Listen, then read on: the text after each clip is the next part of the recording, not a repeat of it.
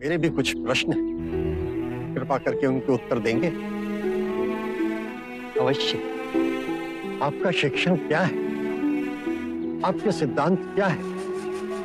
वैसे मेरे विषय में मैं कहूं तो मैं किसी सिद्धांत पर भरोसा नहीं करता। आपको अपने सिद्धांतों पर भरोसा ना होने में भरोसा है? क्या आप अपने अविश्वासी होने पर विश्वास करते हैं? ये तो वाक्यों का खेल। नहीं, ये आपकी बुद्धि का खेल है। मेरे विश्वास और अविश्वास का तो प्रश्न ही नहीं है। प्रश्न है कि आपके सिद्धांत क्या है?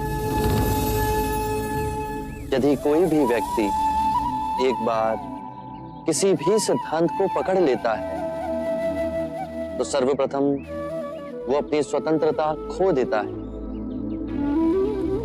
वो रूढ़िवादी होता जाता है। उसे लगता है कि जो उसका सिद्धांत है वही सही है। उसका विश्वास ही विश्वास है, बाकी सब असत्य है। और जहां विचारों की स्वतंत्रता की बलि हुई, एक ही विचार घेरा डाल लेता है। मनुष्य और संकीर्ण होता जाता है और यहीं से संघर्ष और द्वंद्व की शुरुआत होती है। किसी भी बात का विश्वास अविश्वास का भी विश्वास मोह में डालता है। विचारों में बहुत शक्ति है, वो अपनी पकड़ जड़ तक बना लेते हैं और उनसे आसक्ति आत्मिक मार्ग की सबसे बड़ी बाधा है। यदि उसमें उलझे तो परम ज्ञान का द्वार कभी नहीं खुलेगा। यदि आपकी शिक्षा का कोई पालन करता है तो क्या वो भी बंधनों में बंध जाता है? मैं अपने अनुभव की बात कहता हूं। मेरा मार्ग ना सिद्धांत है, ना ही दर्शन शास्त्र, केवल शुद्ध अनुभव है, परम सत्य का अनुभव। परंतु बुद्ध, यदि कोई आपके मार्ग को ही अपना सिद्धांत समझ ले तो? मेरा मार्ग अभ्यास का है। उसे ना तो किसी स्थूल पदार्थ की तरह पकड़ा जा सकता है, ना ही उसे पूजनीय बनाया जा सकता है। मेरा ज्ञान ऐसा समझें कि एक नाव है जिससे नदी पार की जा सकती है, परंतु नदी पार करने के उपरांत हम उसे अपने सर पे तो नहीं ढो ले जाते ना।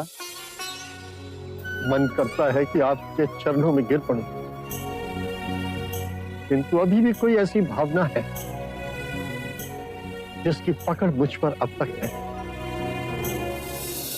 3 तरह की भावनाएं होती हैं, सुखद, दुखद और तटस्थ। इन तीनों भावनाओं की जड़ें हमारे शरीर और मन में ही स्थित हैं। भावनाएं तरंगों की तरह उठती हैं और फिर स्वयं ही विलीन हो जाती हैं। मैं कहता हूं कि पहले इन उठती भावनाओं की गहराई में देखो, समझो, जानो कि इनका उद्गम कहां से हो रहा है।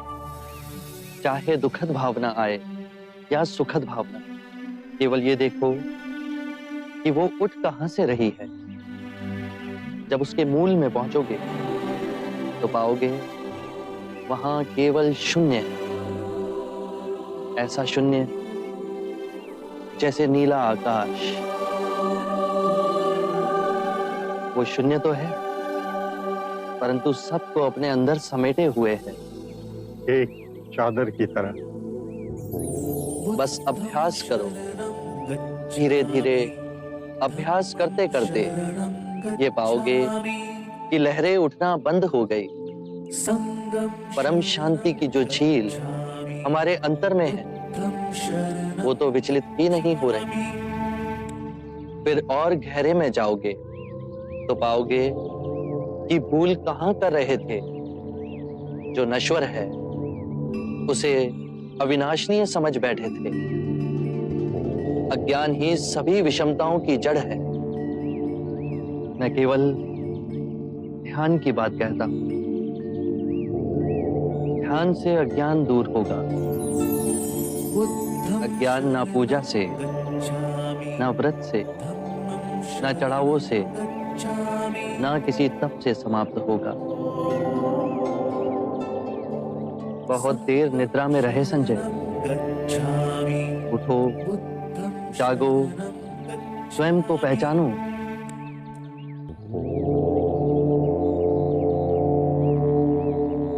आप दर्पण हैं बुद्ध। आप में झांक कर आज प्रथम बार मैंने अपने सत्य को प्रतिबिंबित होते हुए देखा है।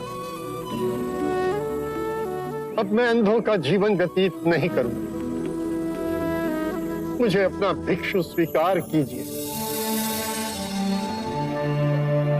मैं बुद्ध की शरण में आता हूं। धर्म जो आपका स्वरूप है, मैं उसकी शरण में आता हूं। मैं संघ की शरण में आता हूं। बुद्धं शरणं गच्छामि, धम्मं शरणं गच्छामि, संघं शरणं गच्छामि।